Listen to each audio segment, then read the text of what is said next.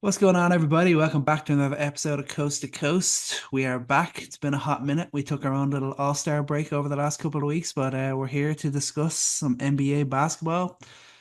A lot going on. There's a lot of this has changed. A lot has stayed the same, but it's been fun since the all-star break. Lakers and Warriors back in business. The Pistons went an 8-game win streak. Like, what the hell is going on? And the 76ers and the Suns just continue to disappoint. We're going to get into all of that, but before we do, Chris, how you doing, man?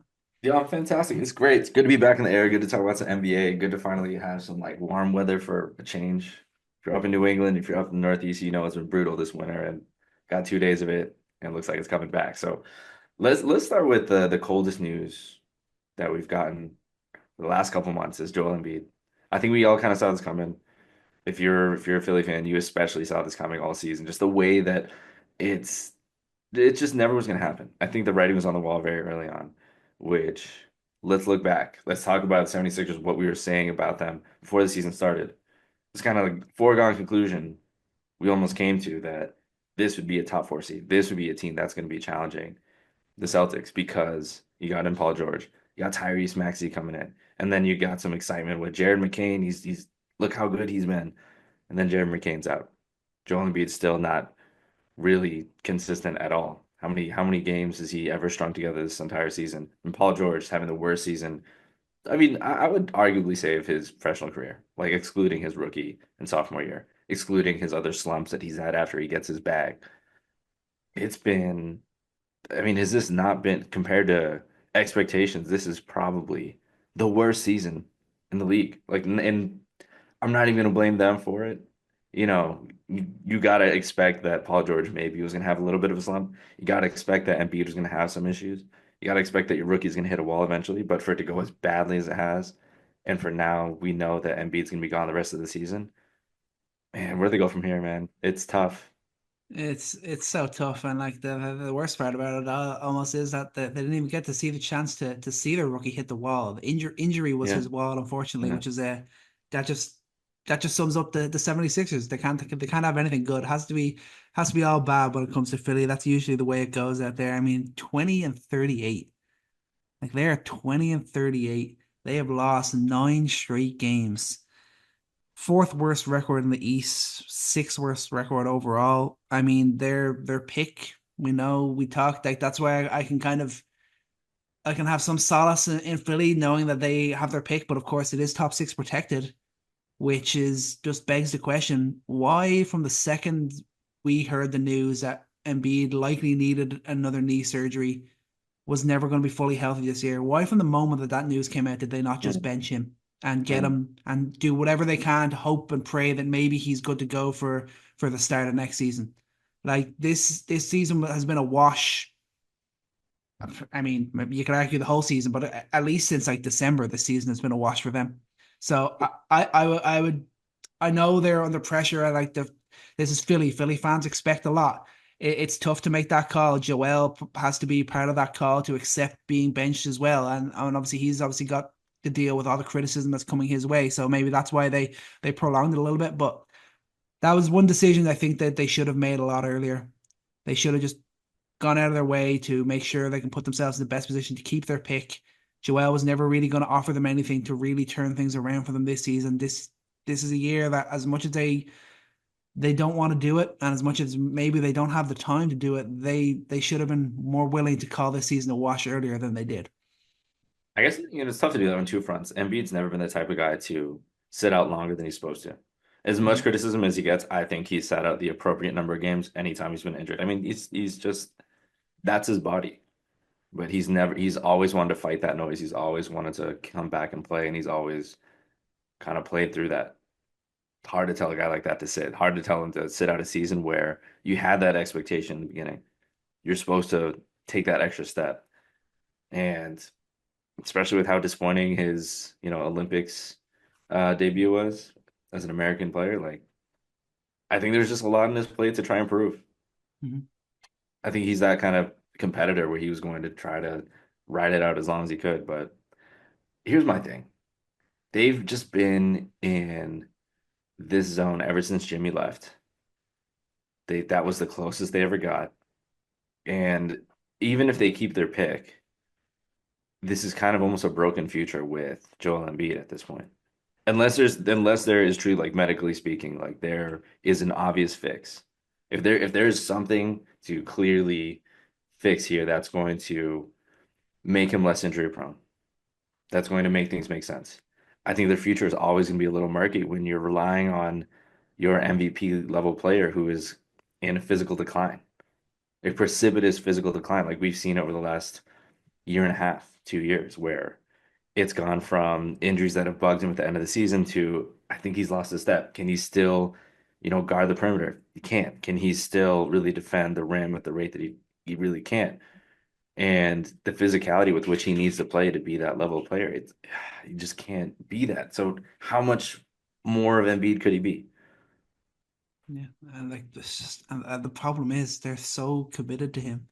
They owe him so much money. There is so much money and years left on his contract that they have no choice but to really commit to him because Yeah, no one is going to be willing to absorb that amount of money that they owe him.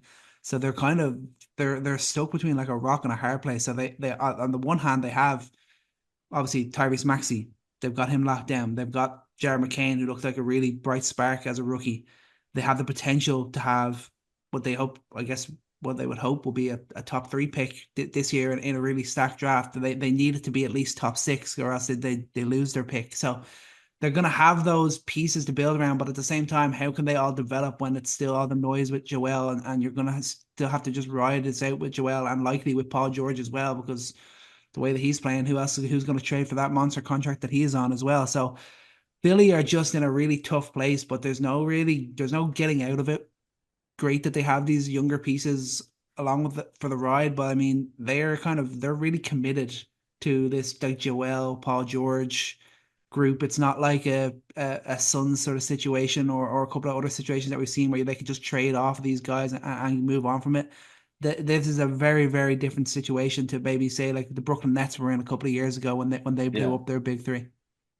I mean, I think everything's going to look a lot better if they keep their pick. It doesn't have to be flag. Like everyone's flag, flag, flag. There's a lot of great wings in this draft. There's a lot of dynamic scorers, high end talent. I mean, you look at if they get into the top three, they don't get flag. They get either Harper, they get Bailey, Edgecombe. Like they have a chance to get franchise changing players. And there are very few teams that have an MVP level player, a borderline all-star level player. I mean, Paul George, I wish we were saying something a lot better than that, but who knows if this is just who he is going to be now, like how much regression is real versus it's just a down season. But they have a chance to bridge the gap in a way that the Warriors never could. Obviously, the Warriors had a much bigger peak to fall from. Mhm. But in terms of trying to figure out what life after Embiid or what life with a suboptimal Embiid looks like, things could turn around very quickly. And it's tough to feel that way as a fan of a team that you had expectations for the last 4 years, something much greater. To have to move on from that immediately and be thinking about a draft is a tough situation to be in, but at least that's their situation. Now, worst case scenario, I mean, this would be like worst case scenario. If you end up seventh, eighth, and you lose your pick and it goes to OKC, that's just that's a nightmare situation. Like you have to lose every game possible to avoid that. Not even caring about like just tanking to the top, but it's like if you lose your pick, I doubt you're going to be in the lottery next year. If there's, if they regress back to the mean, if Embiid's at least 80% of what he is, if PG is not having the worst season he's ever had, like things should get better. McCain's healthy. You get these young guys who have developed. I mean, I think they can take a page out of the Grizzlies book and get your Adam Bonas out there. Get these other guys who have not had time to play really because, you know, there's been the need for your Paul Georges to get minutes. Well, Paul George, take a seat. Can Maxi, can you have him take a seat? Can you just see what you have in these young guys and lose along the way while developing some, like your Vincent Jacksons, your GG Jacksons from the Grizzlies, those type of guys that now that the Grizzlies they have depth because they had a season where they could develop them and be able to draft their big guy. Is Yeah. that something that they can put together? That there's hope in that. Mhm. There's hope in that. It's not as great as the hope as hey, Embiid's healthy, we got Paul George, we got a high-end pick, Maxi's on the up, and we can compete. There's not that hope, I don't think, anymore. But there's at least hope that they're not going to sink all the way to the bottom if they don't draft high. Yeah, yeah, no, I think that's definitely fair, and you want to see that slowly start to happen. The only downside for them is like the position that they're in. They're probably their best bet is kind of the fifth worst record, I believe. I think the Pelicans, the Jazz, the Hornets, and the Wizards are kind of set as the bottom four teams, whatever order that Oh ultimately yeah. finishes in. It's only really the Raptors that they can go below now. The Raptors are 18 and 42, and the 76ers are 20 and 38. So maybe they could swap positions in terms of like the overall worst record of if Philly fans want to take any hope. When I was on Tankathon earlier, I did a quick sim and Philly did get the number one pick. So I mean, if you want to take anything I from that, mean, right now they got a 37% chance of the top four. They just need if Toronto can keep if they can find a way to win some more games. I mean, they're trying to be competitive recently. Like that jumps. They go to 42% chance of the top four. They go from 9% to 10.5% of the number one overall. Like that's a bit like those margins are important. They just need to make sure they stay in the top four, top six. so let's go from a team with some hope to a team with no hope, and that's the Phoenix Suns. Nobody's talks about that. This is the kind of the funny thing is anyone who writes about them, it's it's almost old news at this point. This is a poorly constructed team. There's not a lot of chemistry. Some people say as far as toxic, but I don't know. Like, is is that just normal for a team that's playing subpar basketball with competitive players? Sure, I think so. Um, and then every time Kevin Durant tweets and gets into conversation with anyone on Twitter, it just never goes well. And then it always ends at, oh, he's leaving.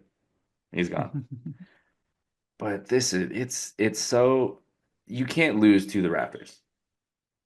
And they've lost so many games like that over the course of the season. You lose to the Raptors, who are one of the worst offenses in basketball. You let them score over 130 on you.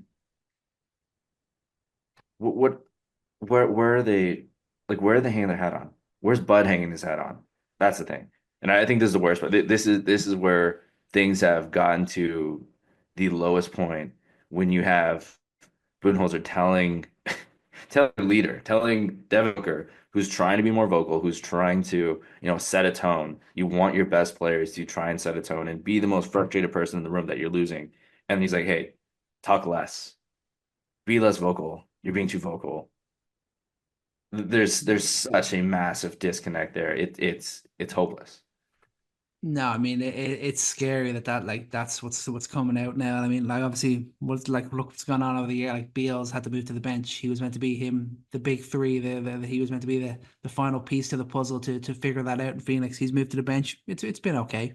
Then we're getting questions about Booker's leadership, Booker's commitment to playing basketball. There's even been some rumors about that. Nothing really official yet, but that sort of stuff's coming out. The KD trade rumors. That's the biggest thing that's going to be talked about for the next few months about the Suns, whether and more likely who he's going to be traded to in the summer. I think everyone's pretty convinced that we're going to see Kevin Durant traded again this summer.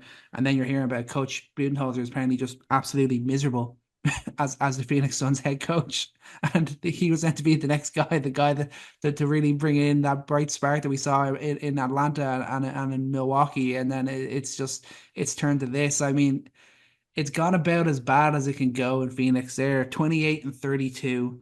They're 4 game back in the loss column on the Kings, who are in 10th place. Their pick is going to Houston. No matter what, their pick is going to Houston. They do not have their pick. They are as all in as you can go.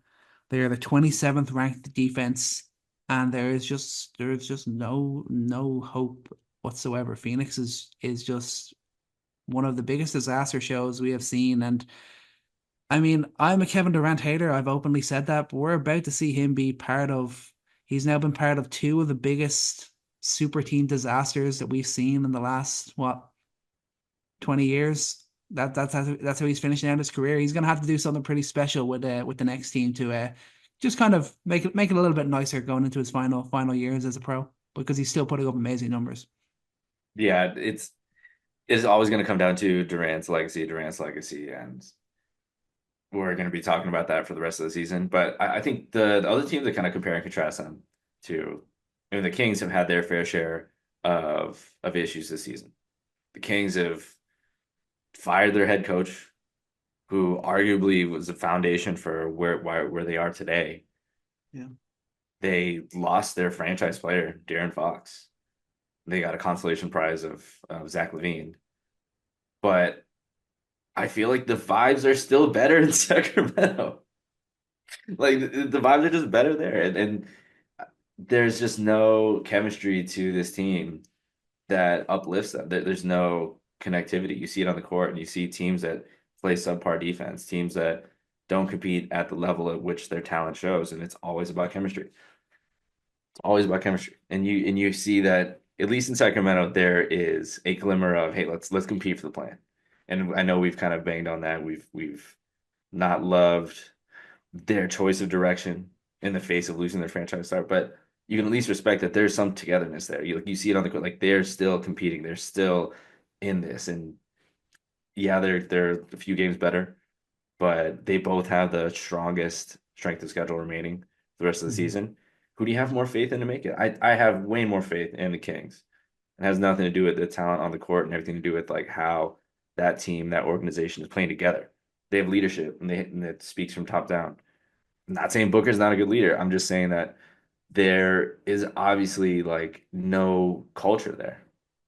You don't Yeah. feel any culture there. And I think that's kind of the tough thing that you see when you inject in superstardom and expectations. And then you have all this drama, and then you have a ton of guys who are just trying to like make their place in this league. And you just end up getting kind of a bunch of nothing. And maybe that's on Bud not developing that culture. Maybe it's tough to do that when you have such, big names in the room. You got Durant there and the expectation that comes with that, but there's not that identity. And there never has been that identity. What have they hung their hat on? Who have the Suns been since Durant got there? You don't really know. Was No. it Booker's team? Is it Durant's team? Who's the offense flow through? What is how where do they stand on they've never had any defensive statement ever. They've never been great on the boards. They've always been trying to figure out like who they are on that end.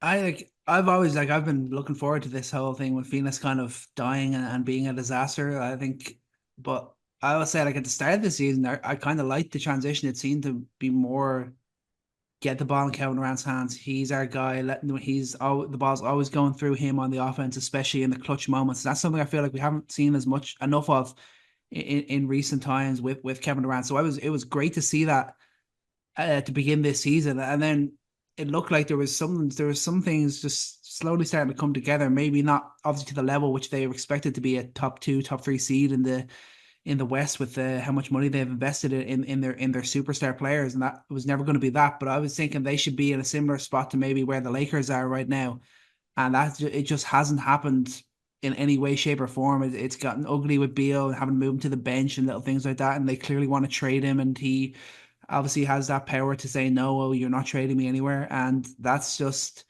something that's so tough to have to deal with. A player who, don't get me wrong, Bradley Beal is a very good basketball player, but he is not the type of player that should ever have a no trade clause in his contract.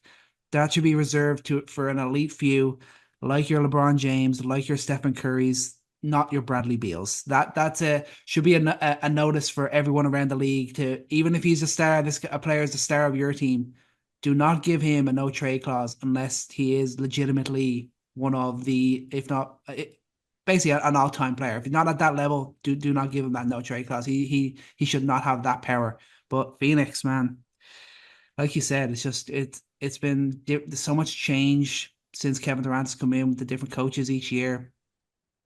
So much turmoil. I guess it seems like off the court, it's just nothing has ever developed, and it's sad really because you want nothing more than ownership of your franchise to invest and be willing to take risks, and it's just so heartbreaking when it doesn't come off. Yeah. And I think that you go back in time, do you still do all the moves that they did? Maybe not Bradley Beal, but you probably still trade for Kevin Durant. You Yeah. you probably still make that deal. Like Mhm. there's no way you don't. And there's so many cases in which you still fill out your roster and you get those guys that are difference makers on defense, and you do create that identity that you have those role players that fill in. And for whatever reason, that culture just is not culminated there. That those kind of players that I think there's been so many guys there. Your Yuta Watanabe's, your Nasir Littles, like all these bench guys that you think could have developed into something that, hey, that's a good rotation player. We just need just this much out of them. But they've never developed that. In the same way that you look, unfortunately, that the Pelicans have just dealt with so much injury, like the amount of depth that they've developed out of the guys there. And like the leadership from Willie Green, despite like all the kind of turmoil they've dealt with injuries, like they've constantly developed guys. They found ways like that. Just to name one team that, has figured that out. But it just hasn't happened in that organization. And I think that's probably more reflective of top down. Like who's scouting? How do you know that these guys are going to work well together? Who is that scouting working alongside GMs, working alongside coaching? Is there that sort of unified vision for like what a team should be? So it's not always about, hey, we got to get this talent in the door. It's where are you gonna, work with the people in the building to get the right personnel in. And it just Yeah, and hasn't I happened. mean, it's not too different to what we've seen the Nets do on a couple of occasions. Try and skip the process. I know Billy fans won't want to hear this about trusting the process, but sometimes it's not the right decision. Sometimes you have to wait. I mean, remember when they were the number one seed and they were this great team with Chris Paul and Devin Booker and all the role players and it was great. And then they flipped the switch on that and said, right, we're gonna transition to being just all star power and we can't fail. And unfortunately, these times like that does not work when it comes to when you're building a team. Maybe the big three can still work. I do think it's dead, but it has to be perfect personality balance, perfect willingness to sacrifice. There has to be the obvious alpha, the obvious leader. And if that's not there, then it's just not going to work. And it's far more realistic to invest in realistically the hope the guy, superstar you draft, find him his co-star, and then just invest in elite role players after that. That's just the Suns, I think, are the final nail in the coffin of the big three. Yeah. And I think, just end picture, like now they're talking about it. If you think about it, like organizations win championships. Yeah, Mhm. superstars get there, but organizations win championships. Let's look at the Nuggets. Yes, you have Jokic, best player in the world. Yes, you have but you had the talent draft underneath them. You had great scouting to constantly get, good late second round picks. Trade in for a guy like Bruce Brown who's gonna make a great impact at good deals. Like they made great deals, they made great trades, they worked around the margins, and you have a head coach who works alongside with the management and scouting to get in the kind of guys that work with him. And they put that roster together in a way that made sense. There was something underneath that star. And yeah, you can talk about all the on off numbers from Jokic and say like, what is there? But there's a defensive identity there. That there's something that works with that culture. And you look at the Rockets, like what have they developed there? That there's a underlying culture. Maybe they don't have that high end star, but you look up and down the West, Clippers. Yes, they have Kawhi. Yes, they have Harden. But what's underneath that? You have Ty Lue, and what Ty Lue has done with all these guys, the kind of defense that he runs out there, that the kind of schemes that they can work with, that they constantly can work with, because they have togetherness, they have vision. That's something that as an organization they built together. You know, there's a lot to be said for the Suns, and is that an empty shell? Is there really a vision there? Who's running everything? Like I don't want to say that this is just on Jones, but I think that there's always been issues with ownership there, and it's a tough time for a fan base when you had that hope and you look back and you think about management. Because I'm in that position. Everyone in Bulls Nation is in that position. When you realize that there are deep-seated issues with how an organization is run, in that there's not a focal vision in what they're doing to create a team. It doesn't matter if you have superstars. Superstars won't beat that, because Mhm. there are teams with superstars with vision that are making that work. And we see that time and time again. And the Suns have proven it. I think that they're a broken organization. Durant would probably do, but this team would probably do better under better organizational leadership, because there's too much talent. You can't have Devin Booker and Kevin Durant on the same team. You can't have a championship level coach in Budenholzer and not have something work out. Like there's a clear issue with how this vision worked out. No, that's true. I think you need everyone needs to be on the same page. It's the top down in every organization. You see it when times are good, everyone's working together, and it's not just on the court, it's off the court. It's everything's on the same page. You're all working towards the same goal, and that's something we just aren't seeing in Phoenix. But I mean, after last night's game, they finally got a win. Bol was the star. He dropped 25 points. Maybe just blow it up, hire Shaq as their coach, and let Bobo lead the team, you know? He's basically Wemby, right? Can we talk about something more positive? Suns and Tony. Yes, let's flip it I feel over. Let's gross. flip it over That to the was too much. That was Detroit too much of those two. Pistons. Let's Hell go. yeah. Hell yeah. Okay. I'm not gonna go on my parade yet because I feel like it's gonna blow up in my face. But I told everybody, man, the Pistons, beginning of the season, they had the vets in the room. They made the right moves. Everyone made fun of them for getting Tobias Harris. Hey, who's better this season, Tobias Harris or Paul George? That's right. Let's just start there. Malik Beasley. I mean, he's having a Six incredible man of the year. year.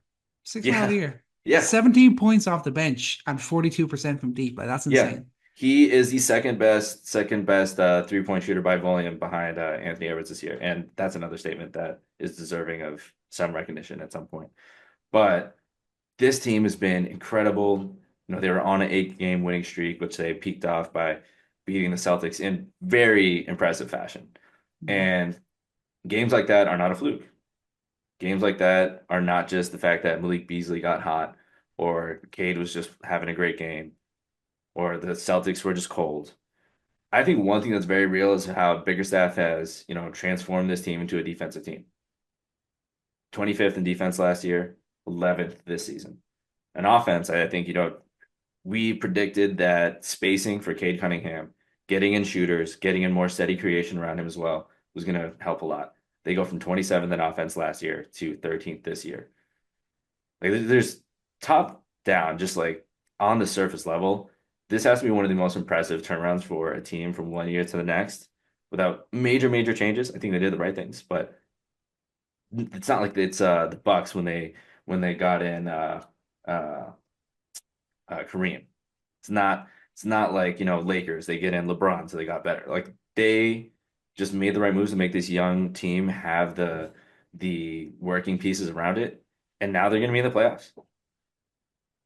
Yeah. I mean, they're looking up. They're not looking back. They're in the sixth seed right now, and they are 4 games clear of seventh place, and they're only 1 game back of both the fourth and the fifth seed in the East. So it's not just that they're in the battle to finish as the top six seed. They're most likely in a great position to have that be the lowest that they finish this year. I mean, with the teams chasing them like Miami, Atlanta, you're not overly confident that they can put together the run to be able to catch Detroit. They let's just put this into context. They've won 33 games this year. The last 2 seasons combined, they've won 31. That's crazy. Like that is absolutely insane. Like the turnaround has been so impressive. JB Bickerstaff deserves so much credit. I think we both were believe that he got hard done by the Cavs when he was let go. We know he is a very good coach, and he is showing it this year. And you can make the argument, blessing in disguise, good for Cleveland that they got rid of him, got in Kenny Atkinson. Maybe they just need a different voice there, but Yeah. he's landed on his feet and he's in a great situation here in here in Detroit with Cade Cunningham and this young gun Pistons team to lead. Like Cade, what can we say about him? He's here having the best season of his career. He is on course to play the most games he's ever played in a season, and he's averaging career numbers across the board. That's what you expect from a guy that was the number one overall pick, a guy that we expected to be one of the next great point guards in this NBA, and he's showing it all this year. My favorite stat from this turn to 2025 is that he is second in points created behind Jokic to Wow. January 1st. Second in points created. And you see it on the court. You see it. I love the balance that they've created here, which there was no balance last year. First of all, there's no spacing last year, but just because you give someone spacing doesn't necessarily mean it's all going to work out. It's not just everyone get out of the way and here we go, pick and roll. And it's not like a Doncic level of creation. But I think what he does do, like Doncic, is his pace. He's not the most athletic guy, but the way that he can manipulate the pick and roll, the way that he can snake the pick and roll and really get defenders on his hip, he can speed up, slow down. His deceleration is probably one of the best in the game. And he's not going to finish above the rim all the time, but his size is enough where he can create in the mid range. He's one of the better mid range creators in this game. And alongside with his passing ability, now that you got shooters on the perimeter, and Harris has been having a great season, and it's beautiful to watch. I mean, I've always felt like he's been that combination of Luka Doncic, not quite at that level of passing, but close. And in terms of Tatum, like with that size and that shooting touch, like he's got all the tools to be that level of player. And this is his first time that he's had like a real semblance of defense around him and shooters around him, great cutters, and he could lean on secondary creators like Harris. And once we get Jaden Ivey back in the mix, he's really blossoming. And this is just the beginning for him. This is nowhere near the peak, I believe. He still needs to get better finishing around the rim. Still been one of the things that he's struggled with, but now the spacing is better, a lot better. Same thing with Duren too. That Duren is not even scratching the surface. Like you can see it in his game, he's starting to get more confident finishing, but his touch is so good around the rim. And the amount of times you get a crazy pocket pass from Cade, and Duren's not just like trying to dunk over everybody. Like he's got good touch. He can really like put the ball on the floor and use his footwork to his advantage.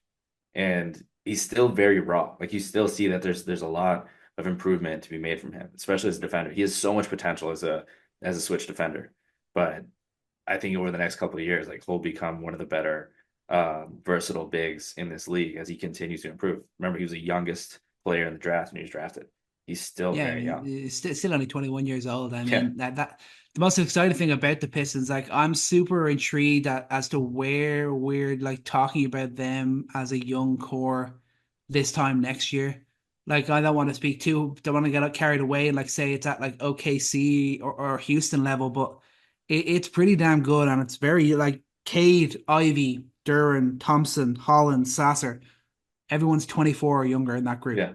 Yeah. So I mean, like I'm like super intrigued when we get to see next year. We see Ivy come back.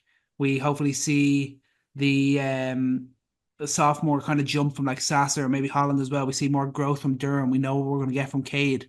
Like I think we'll be really speaking highly of this young Pistons core by this time next year. They're going to be getting the same sort of praise that we're giving to like the likes of a Houston maybe this year. Oh yeah, 100%, 100%. And I mean, just like we talked about a little earlier about organizations and vision and coaching and all that coming together, like it's not just, hey, it's the Cade show and everyone else is showing up. Like, no, they have an identity outside of that. They're second in pace. Cade, a guy who's slow, methodical, like he gets out in the break and he gets things started, but everyone else around him, like they've got athletes everywhere. And they've got guys who are creating turnovers. Like they're creating turnovers. Look how they were really forcing the Celtics throughout that game. Like they were forcing turnovers, they were getting on and running, they're second in pace. The ball pressure that they have now that they weren't having last year. I mean, I'm going to put a lot of that credit for Bickerstaff. Like that is a Bickerstaff trait. Like he gets his guys to play defense, and they have athletes to do it. I mean, Ron Holland, I don't know when that shot's going to come around, but dude, as an athlete, like he shows up on that defensive end. Like he's long, he really moves his feet, and even when he gets beat, that's still something that rookies are going to deal with. Like his recovery is great. He's got enough length where he can really get back and play defense from behind. And he's not even close to the defender that Asar Thompson is. And one little asterisk I want to give before I talk about Asar Thompson is I'm not going to compare the two twins, to be fair. I think do you feel like they're the same player? I get kind of upset when I see that. No, they're I, not. They're not the same player. I just gotta say that, and this is, I hate that I have to say this when I'm about to like comment Asar, but I see it so much on Twitter that I need to just like bring it up. Like the hands, not even close. Amin Thompson's hands are way better than Asar Thompson. You throw a ball anywhere in the air around Amin Thompson, he's catching, he's flushing it, or he's laying it in. Like there's if the ball is touching his hands, he's getting it, and he's either jump stopping, passing, or he's going to lay it in or dunk it. Like he is one of the best ball. He's probably the best ball hawk in the entire league on the planet, probably. Like with his ball instincts and his hands, and the handle is not even close. Like Asar, I mean, he for for the amount of praise that I'm giving Amen. Like he did turn around Jason Tatum the other day, and that Mhm. was, I mean, that was probably the worst look we've seen from Tatum, probably in his career. But for all that, let me just say that Asar Thompson, that's a case study right there. He played defense on Tatum, made him comfortable. Yes, Tatum did go out and he got his points, but that's the level defender that you have. They have a true ball stopper. They have a guy that you have a Jason Tatum level player, you have a Luka Doncic level player. Oh, we have a guy for that. We got a solution for that. We have a Star Thompson, and he's still really working into the offense. But now he has a role. Like he's playing a little bit more on ball. He's playmaking.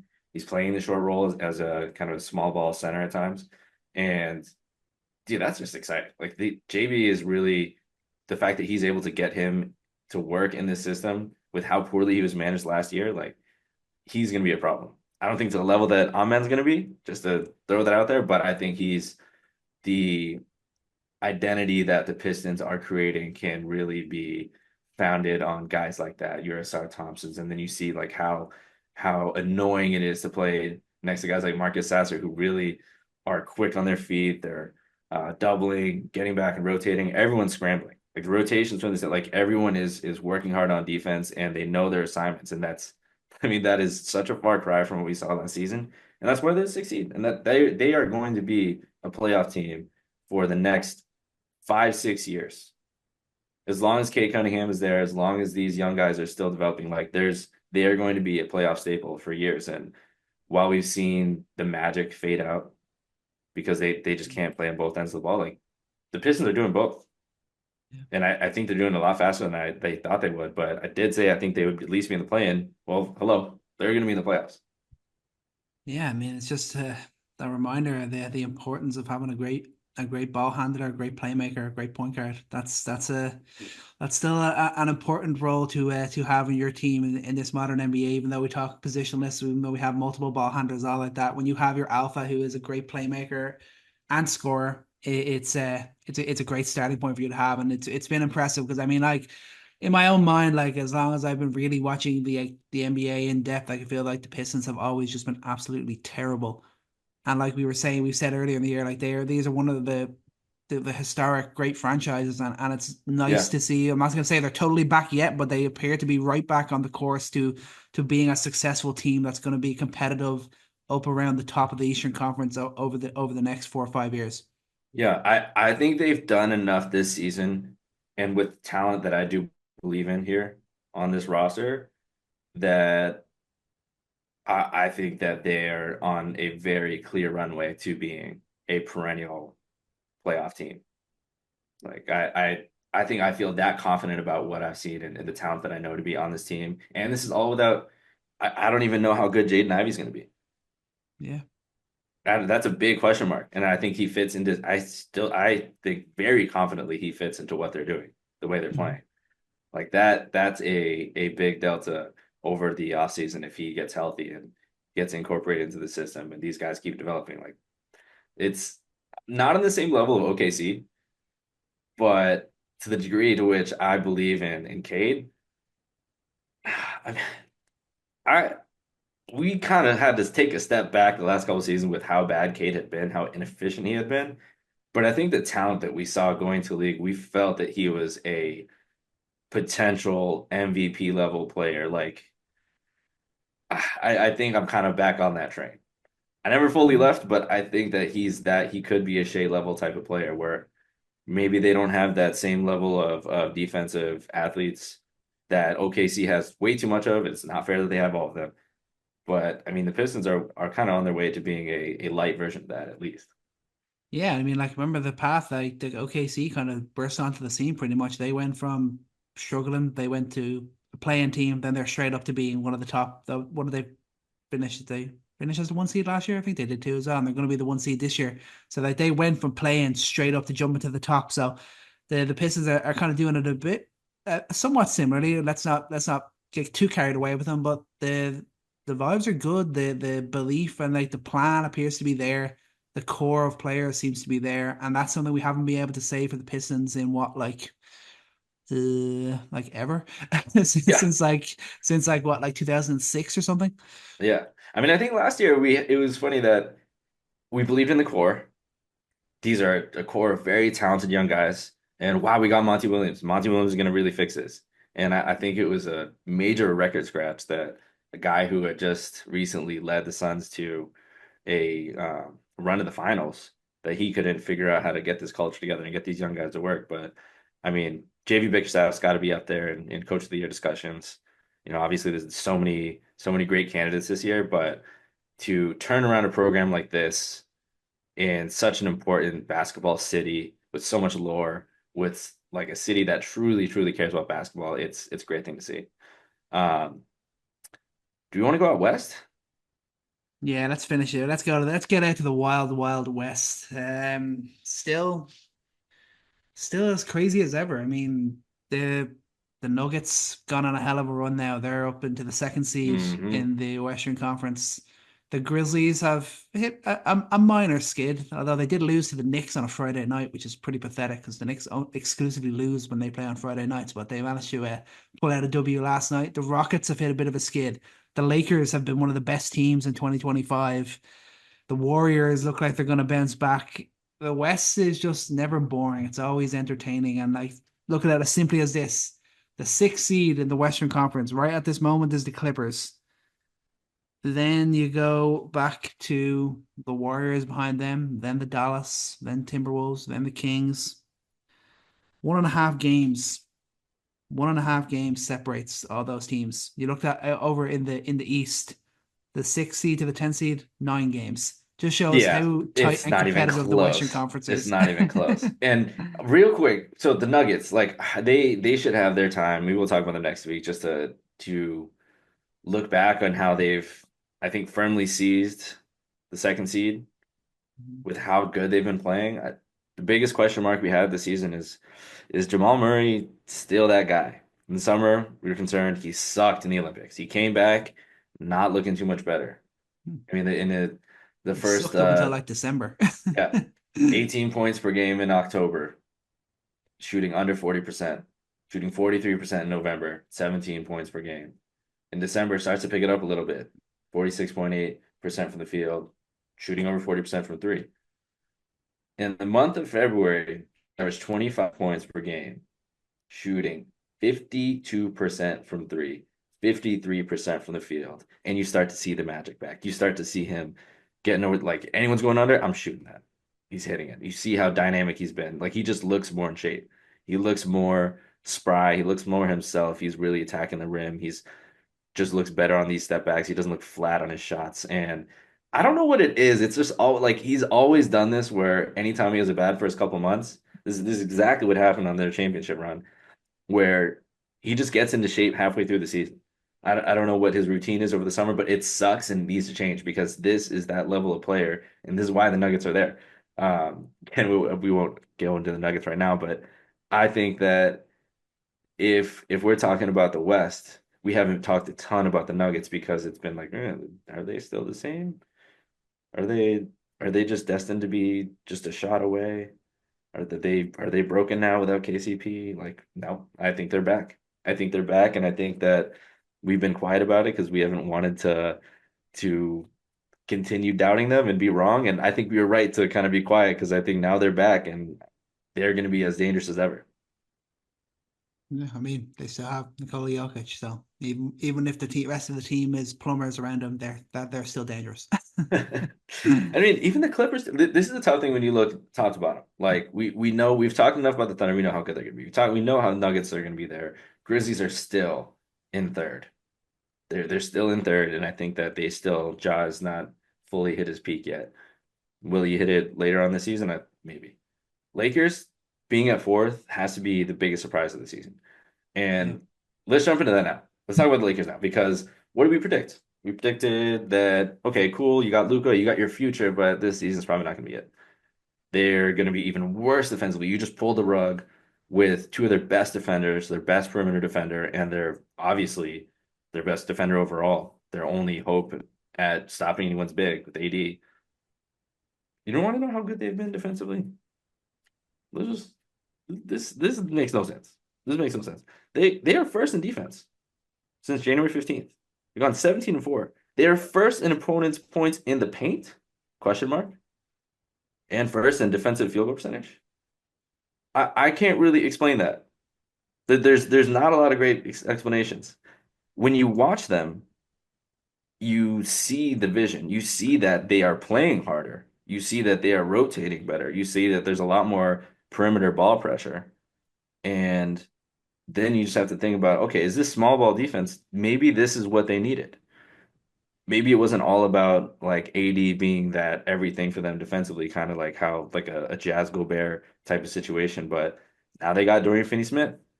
Now you know how good he can be switching. You know how good he can be as like a free roamer. And then you get Vando back, and he's been great. The Yeah, energy he's you been get from great. Yeah. him, like that is huge. He came back right at the right time. And then they're getting guys like Trey Jemison, who like, but his presence, he's the type of guy that his presence is felt immediately on the court. Like you need like those I don't know if he's on a two-way contract, but I think so. those type Yeah. of level players that are incredibly physical. They're not going to be the biggest players on the court, but they know how to get to a ball. They know how to rebound and they know how to get out in transition. And they've made this work. So really, really big ups to the way that this team has come together and still made their identity about defense without Anthony Davis. Because I did not think I'd be checking them out and that their defense has improved since getting Luka Doncic. Now from a 112 overall without him to a 109 defensive rating. Like that is inexplicable. We'll see if it holds up, but when you watch him play, maybe it will.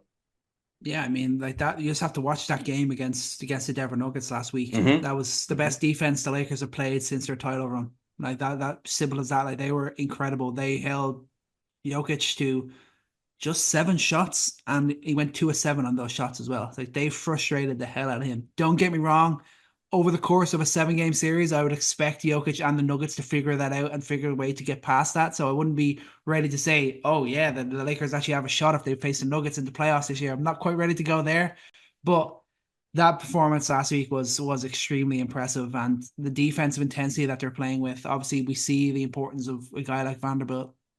So tough that he'd been injured for so long. He makes such a big difference, even while being a pretty much a regular kind of negative offensively. He's like a low key kind of Pat Bev type guy. He kind of gets guys kind of frazzled. He kind of gets guys riled up. He's really kind of hot headed, but in a less obvious way than some other guys like a Dylan Brooks or a Patrick Beverly, and he does it. He fills an important role with this Lakers team, and it's great to see that he's come back and he's had this immediate positive impact.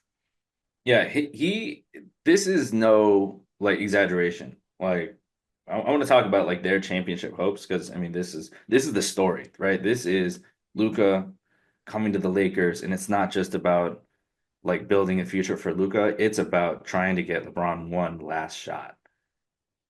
And no exaggeration, I think Dorian Finney-Smith and Jared Vanderbilt are going to be the two most important X factors. Not Austin Reeves. I think it's going to be them that this defense continues to hold up Mhm. based on the backs of their effort. And you need guys like that who are leaders on defense. And I think you've seen a lot more defensive effort from LeBron as well. Yeah. Like with being able to take some play, not take plays off, but be an off-ball player like Luka can create. It's not just okay, is Austin Reeves hot today? Like Austin Reeves can play off of these advantages created by the gravity of Luka and LeBron on the court. And we've seen Austin really take a step forward. And all these are culminating to a LeBron who is fresh, a LeBron who can maybe shave a couple minutes off of that game and he can play defense. He can run in the open court and he doesn't have to be the sole creator at times. And is that a formula for them to win a championship? Like truly. Like not like I'm not I going mean, full crazy here, but it's yeah. LeBron James, it's I Luka mean, Doncic, and a Lakers team that is now playing the best defense that they've played all year for the last probably couple of years. yeah. I mean, I'm working so hard to like. Remember, I said it at the start of the year. I'm not gonna let the Lakers fool me. I'm not gonna let them draw me in like they do all the time. But they're really pushing it hard. They are really trying to do it. I mean, you could make the argument that they should be on a 13-0 run right now. Mhm. they're on an 11-2 run at the moment, and the two games they lost were to the Hornets and the Jazz, like two games they obviously would expect to win. So I mean, like that's how well they're playing, and it's just kind of the natural slip ups of a long season. They're doing amazing things, and like LeBron looks like a new man since Luka's come in. Since the announcement of that trade, they're 9-2. You know LeBron's stats in that time? 26, 9, and 6, shooting 61% from the field and 45% from deep. The shots that he's taking from three are just insane. Like there's no sidestep. There's no cross into a fade. He just the way he just pulls up and just is sinking threes from 32 feet is it's just so frustrating to watch as an opposing team. Like what are you supposed to do against that? Like he's still one of the most like impossible assignments in this league because you need to account for just how he's still a freight train. He's still gonna get downhill, he's still gonna get to the rim, and he's still the best playmaker in the league. And then when he's shooting like that, it's just impossible. So a guy like that and Luka Doncic, like, can you really count out both of those guys? So the count out factor to LeBron, maybe that's faded a bit over the last 4 years now. But you want to add in the count out factor for Luka Doncic, one of the best creators in the league, will be one of the best creators of all time. And this defense that they're putting together, and now you got a great offensive X factor in Austin Reeves. Hey, Dalton Connect, can you maybe do some stuff? That would be cool. That would be a great secondary X factor. If he can get back to what he was doing at the start of the year, that would be Yeah. huge for the Lakers going Yeah. forward. Like here and there, you just need like in a playoff series, you just need that guy to do something like one game. You need him to be a Caleb Martin here and there. Yeah, it's like And literally, you just see like that game where there's gonna that playoff game's gonna come where he's only gonna have to play 10 minutes when he's gonna get four shots from deep and they need him to hit three of them. Like it's gonna be like little kind of small moments like that they're gonna need from a guy like Dalton Connect. yeah, and hey, I remember when Gabe Vincent had his moments, and throughout this season, now that he's like gotten healthier, like he's had his moments, and he Mhm. shows up when he gets his minutes, like he's been impactful with his effort, with his shooting, and we know that the kind of defense that he can bring. This team is starting to excite me, man. I think there's an outside shot. Just compare, like, match them up right now. They're playing the Rockets. Are you betting against the Lakers? They're playing against the Clippers. That's gonna be that's gonna be a crazy one. That's gonna be tough. Like the Battle of LA. This might be the Battle of LA this season. This might be the one season we actually get it. Can you imagine Maybe, that? maybe. In very unexpected seasons too, in seasons where we expected Well, the Lakers kind would of kind definitely of win that nothing. because they have Luca. The Luca against the Clippers is No, like exactly. unconscious. And that I mean that is what has me salivating is because like I think the Clippers who they should get their shine in an upcoming podcast because they've been excellent with Kawhi back. I mean just I just gotta pull this up here. I mean they now have a 118 offensive rating with him. Like they've jumped up. They've been an elite defense without him, but they go from 111 to 118. Like they are surging. And Oh that's the kind of boy. matchup you can look up for. Yeah, unfortunately, Kawhi, and last night was tough for him. It kind of just looked like the juice was gone from the legs. I think he played just under 38 minutes, and like he put up a few 3-point shots, and like it just they started to getting like shorter and shorter as the game went on. So hopefully, like the biggest thing for him is have him healthy come playoff time. Then Yeah. when's the last time we saw him healthy in the playoffs? Was it like 2022 maybe for the Clippers? I can't even remember if he's been healthy I want for to a say it's playoff 2021. for a playoff run with them. Yeah, it Yeah. might have been 2021. Like it's been a while, and again that's been tough. But like let's talk about that. Let's talk about the race for the sixth seed. I mean, there's effectively five teams in the race. I think realistically there's four teams in the race because the Kings are in the 10 seed and they have the second toughest schedule remaining. So then it's the Yeah. Clippers who have the sixth toughest, the Timberwolves who have the 29th toughest. They've got a pretty favorable schedule moving forward. Dallas somewhere in the middle, Warriors somewhere in the middle there. They're 14th and 18th, respectively. Who do you think will win the race for the sixth seed in the Western Conference? Oh man.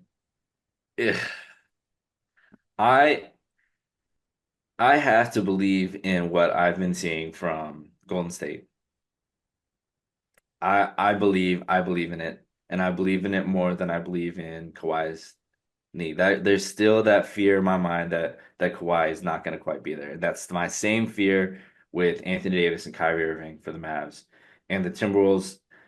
I've been excited with what the kind of effort I've seen from them and the new life from these young guys that they're getting. Like you just need something new in this season with the amount of inconsistency, but we just don't have that momentum that the Warriors have. Like they have wind in their sails right now.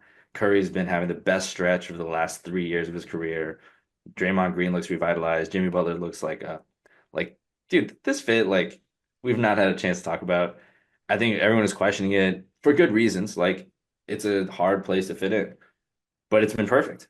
I mean, how many sets do we see with the Warriors where Jimmy Butler is the primary creator, and then you have to deal with Draymond Green as a slipping screens and being a playmaker from the middle of the floor and the short roll. Meanwhile, Jimmy Butler's creating for Curry and just accounting for all that mess while Jimmy Butler himself can just hit the abort button and score on his own, get to the line. A guy that they've not had to do that. And you have Jonathan Kuminga coming back, and there's all the right things are being said from Kerr to Green to everyone about like him fitting back in and working him in. Like that, they've just got too much momentum for me not to bet on them.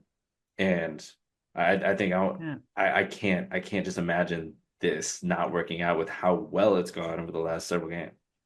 Yeah, I mean, and like we mentioned with LeBron's new lease of life since the Luka trade, Curry, Yeah, it's been the exactly. exact same since the Jimmy trade. I mean, before the Jimmy Butler trade was announced, Stephen Curry had 6 30-point games for the entire season. Since the Jimmy Butler trade, he's had five, including that 56-point, absolutely insane game against Orlando Magic. Just absolutely unconscious. Just that's just what Steph Curry can do, like no one else. The way he can score the basketball, it's just truly insane. When he is hot, Yeah.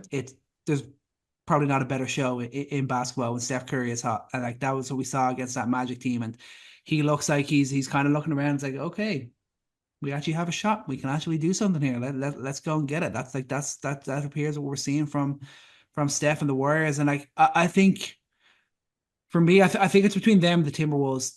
Timberwolves obviously Dante DiVincenzo's back now. I think Gobert is due back soon. Randall's coming back. How much of an impact can that have? And obviously with their strength of schedule, I think that's between the Timberwolves and the Warriors to fight it out for that 6 seed because I think with Dallas, when are we going to get to see Davis and Gafford on the floor together?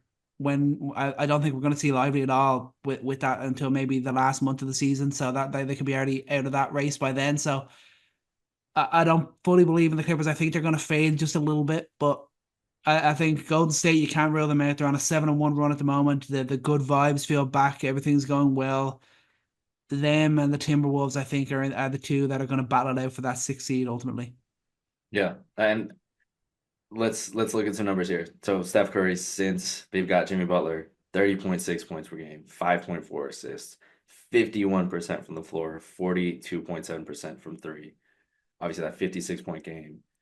With Jimmy Butler, their offensive rating has jumped from 113.3 to 124.1. Their defensive rating has jumped from 113.7 to 107.9. They have a net rating of 16.3. That is the best net rating in the league. They, I mean, a lot of things have to go wrong for what they've shown us to just completely flip on its head. And I think that they are right now, as they're playing, they're a better player, they're a better team than all these teams. And I have zero faith that the Timberwolves are going to figure things out in a way that is even close to the success that the Warriors have had. It's just been poor fit since Randall came in, and they're kind of having to salvage what they have for as a season, and they're going to still compete, but I don't think it's going to come close. I think the Warriors that have, with adding a Jimmy Butler, and this is what I think, to make it simple. When they won that last championship, who was the biggest X factor for that season? Andrew Wiggins is the Mhm. answer to that. On both, and Andrew Wiggins, when he showed up, and he showed up the most that he ever has in his career that season, they were the best team in the league. They beat the Celtics fair and square in the finals on the backs of Andrew Wiggins being that X factor defensively and offensively. Like the way that he played was the reason that they won that. They're not even there. They don't win that last ring without him. Jimmy Butler is filling that role, and he will constantly be that level of presence in the way that you couldn't expect from Andrew Wiggins. I think that is the easy way to look at it, where what level of team can we expect? I think you can expect the Warriors when they won the championship last time. Because you have that wing who's able to bring it every single night, and you're not going to wonder if he's going to take a night off unless there's an injury concern, because he's that level player, and he's way. They've not had a creator next to Curry like this. And the Mhm. fact that Draymond Green can slot back into being a secondary creator, not everything is just like flowing through Draymond at all times. Like that gives them so many more options, and I think they're just getting started with how good they can be. Yeah, and it's kind of crazy to think that we could see the Lakers versus the Warriors in the first round of the playoff as the 3 and 6 seed. Hmm. Who would have predicted that at the start of the season? That that would be the unfortunate part, right? Because one of them would have to be gone. One would have to be Mhm. gone right away. I'd be much more excited to see the a Grizzlies Warriors rematch though. A Grizzlies I think Warriors that's still the rematch. most likely. That's the most Yeah, likely outcome. Still, I think that yeah, that'll be. I think the Lakers ultimately. I think they could pip the Rockets to the 4 seed, but I think the top three is going to be OKC, Denver, and Memphis when it all plays out in the end. And I yeah, I still have outside hope for Ant leading the run with the strength of schedule that the Timberwolves have, but it's hard to deny that Golden State will be able to jump up into that 6 seed. I mean, they're basically there now. I think they're tied with the Clippers in terms of record right now. So they basically already have it. And the way things are going, barring any sort of injuries, it'd be surprising to see them for them to slip up to let other teams in. yeah. And last point on the West. I mean, just talking about the six seed, it's great. I mean, just talk about like even what the matchups could be if it's 1 through 8. So if the Warriors were to slip and they're eighth, if Curry's still playing like this, I don't think they will be. But if I think the Warriors are a type of team that have an argument to be like, hey, we could beat anybody. Maybe we didn't have the regular season success. Some games didn't swing our way, so we're not there. But I mean, you're facing the Nuggets or the Thunder, and Curry's able to drop 50, and you have Jimmy Butler, and you have all these guys like flying around playing defense and fitting into Kerr's system. Like, I think you could argue, hey, I'm not afraid of the Thunder or the Nuggets. They have the advantage, but we're not going to get smoked. They could take that 7. They could take that 6. And same thing you could say with the Clippers. Hey, we got Kawhi's healthy. You haven't seen this in how long? And our defense is playing like this. Hey, I'll take it. And Timberwolves like, hey, we got Anthony Edwards. Like he's ready to go crazy for a month, like he did last time. Like, let's do it. Like I think all these teams, there's not a situation where it's like oh duh, the Nuggets are advancing, Thunder are advancing, Grizzlies advancing. It's going to be a bloodbath. And the matchups are going to be so interesting because they're going to be teams that you could argue should have made it further, but just based on mismatch alone, like how these seedings are going to shape up, it's someone's going to leave in the first round, and I think it's going to be one of the top teams. There's going to be an upset that we didn't see coming that you know we'll look back and maybe not be too surprised. Yeah, and that is the beauty of the Western Conference. There is so much competitive teams, so much talent there, and you look at that and how competitive, and you look over the West, and you're kind of like, yeah, it's Cleveland or Boston. Let's just wait and see what happens when Yeah, they in the meet East, in the it's Eastern it's Conference like Finals. That's Cleveland's just not like losing. the whole way Celtics are about it. not It's losing the like, first round.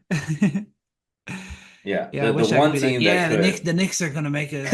Yeah, I'm gonna say After yeah. all the games we've watched this year, I don't really see how I can say that. The only thing I can hang my hat on is that if we can get them in a close game, Jalen Brunson might be able to pull it out. But the fact that we get blown out every time doesn't really give us a chance for that. But But that's that's just how it goes, man. That the West is gonna be tough. yeah, and can't wait to see how it plays out from here. Wait to keep watching the Lakers and the Warriors, see if this great form continues. It's great to see both Curry and LeBron kind of get a last hurrah. Maybe Durant can find that next year, but for now, it's back to it's still Steph and LeBron time. Sure, why would we ever change it from that? Come on. But that's gonna do it, I think, for today's episode. Chris, thank you so much for joining me. Thank you all so much for sticking with us. Glad to be back talking NBA basketball. There's plenty more drama to go down over the last couple of months to see where the final positions land in each conference, especially the West. The West, it's called the Wild Wild West for a reason. It's always going to be entertaining right up until the last couple of games, and that's why we love it. But remember, we're everywhere on social media at Coast to Coast NBA. And most importantly, remember to take every shot and love every moment. Peace out.